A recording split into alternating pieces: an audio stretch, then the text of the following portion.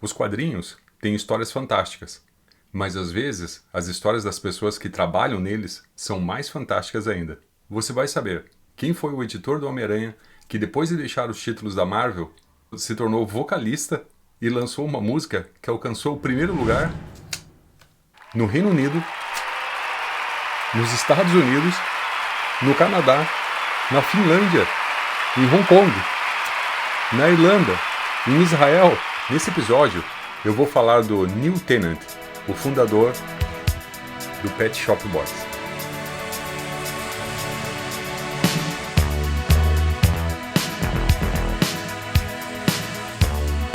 Para entendermos como o Neil Tennant foi parar na Marvel UK, primeiro precisamos dar um rápido contexto dos quadrinhos Marvel e DC no Reino Unido. 1939.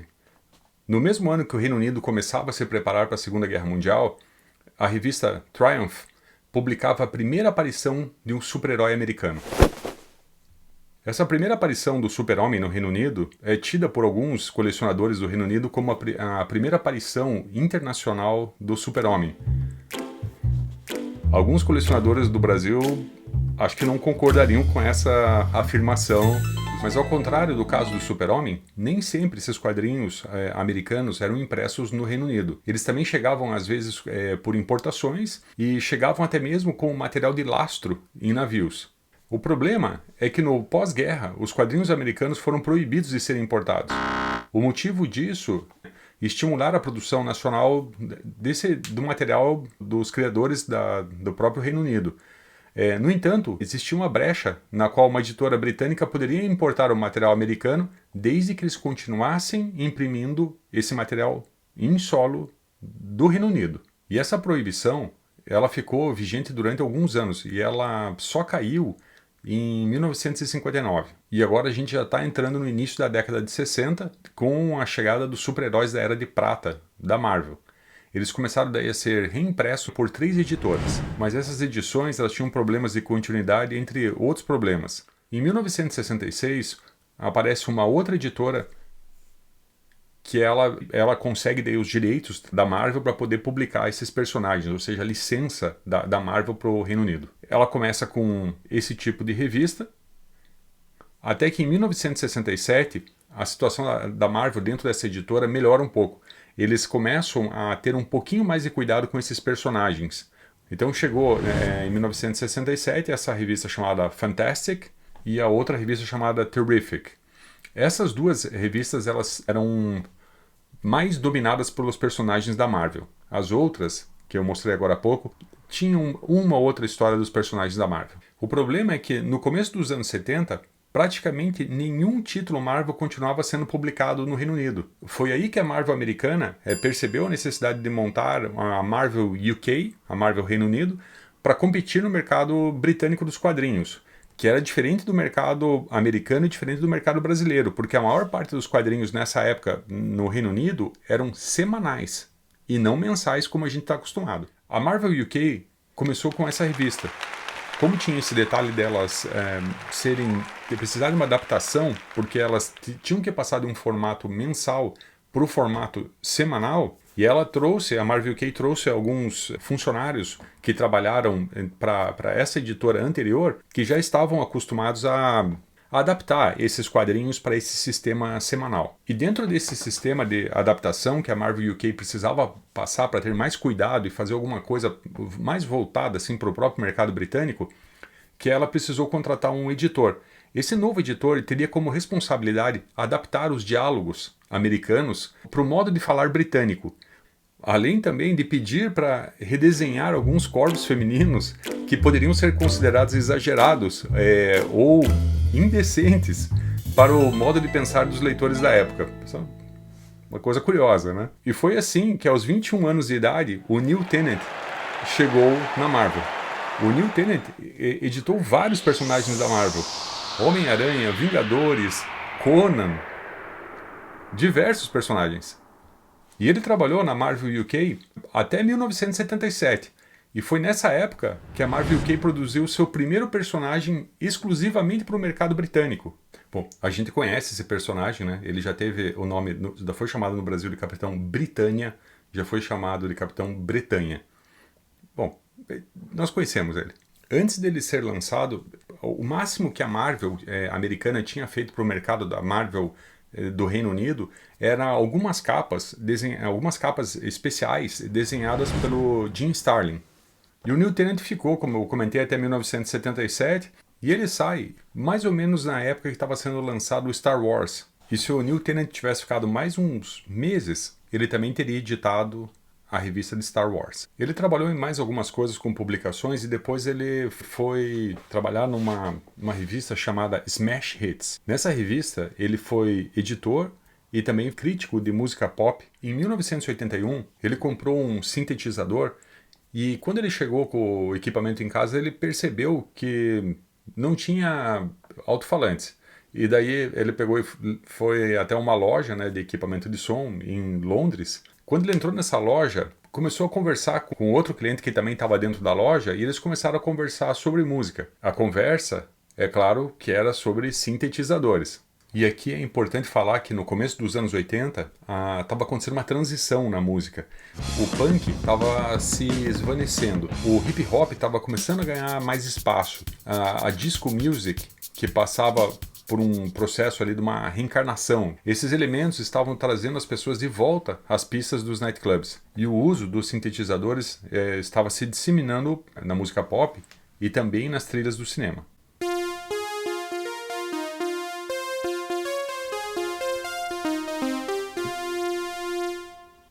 Ou como essa, do Vangelis, que é tema da Rachel desse filme.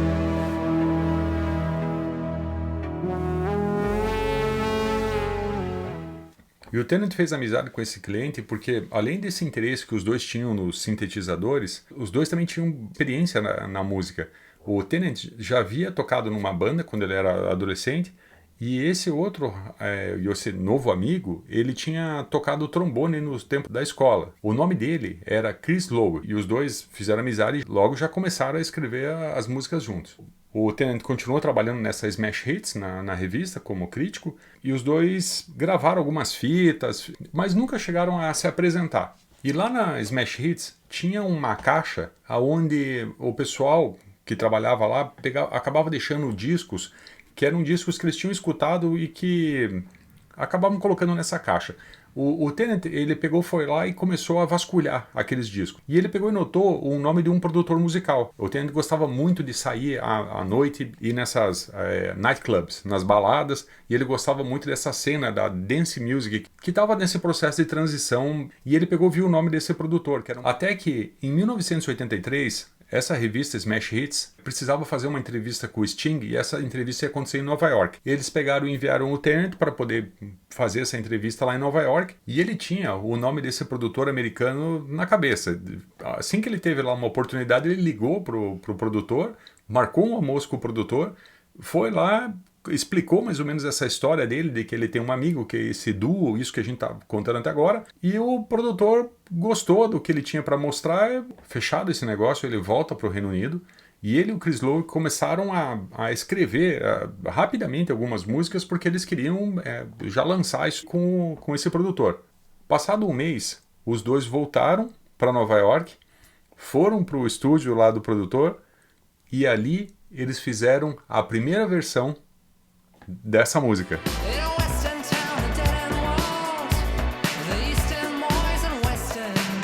Só que essa primeira versão não é a versão que nós conhecemos, que a gente escutou no rádio. Essa ainda não existia nessa época. Apesar de tudo, essa primeira versão fez sucesso nas discotecas dos Estados Unidos e até mesmo na França e na Bélgica. O sonho do Tennant e do Chris Lowe nessa época é um sonho bem mais contido, porque para eles o que estava bom já era que se esse disco fizesse sucesso nas pistas de dança, que era coisa que eles frequentavam, que eles faziam parte dessa cultura e que eles era o sonho deles, era o que eles gostariam. Já isso para eles já seria o sucesso. Eles não imaginavam aonde que eles podiam chegar. Em alguns lugares essa primeira versão também tocou nas rádios e chegou até não foi um hit imediato, mas ela começou a aparecer já, ter um certo destaque. E foi esse destaque que eles começaram a ter que fez com que conseguissem assinar com uma gravadora. Só que esse antigo produtor, que era esse produtor americano, não gostou deles terem assinado com essa gravadora. Eles tiveram uma desavença ali que acabou paralisando o lançamento de mais coisas por quase 1 ano e meio. Isso faz com que a nova versão de West End Girls só possa ser lançada em 1985. E em abril de 1985, o Tennant se demitiu da revista Smash Hits. A revista escreveu uma previsão sobre o Tennant e sobre essa aventura, essa nova aventura que ele teria com esse novo duo chamado de Pet Shop Boys. E foi isso que eles escreveram. Deve ser uma piada, né? Porque se eles trabalhavam no mesmo lugar, só pode ser piada, né? Esse nome Pet Shop Boys eles tiraram porque eles tinham alguns amigos que trabalhavam numa loja de pets e eles acharam que esse nome estava bom para eles. Em outubro de 1985, eles lançam a versão que a gente conhece de West End Girls. E é essa versão que vai subir no número 1 de todos esses países. E se a gente pensar bem, talvez o Tennant seja um dos únicos caras que era um crítico de música que ele foi lá e fez. Que ele era crítico de música primeiro e depois ele foi lá e fez inúmeros hits, e sendo que alguns deles foram número 1, não só no país dele, mas em outros países também. Bom, falar da carreira do Pet Shop Boys é até difícil de contar quantos hits eles têm, em quais países são esses hits, qual a quantidade de hits dentro das 40 mais tocadas, das 50 mais tocadas, das 10 mais tocadas, os hits número 1 que eles tiveram são vários. E eles chegaram até a tocar no encerramento dos Jogos Olímpicos. A West End Girls foi tocada no encerramento dos Jogos Olímpicos de Londres.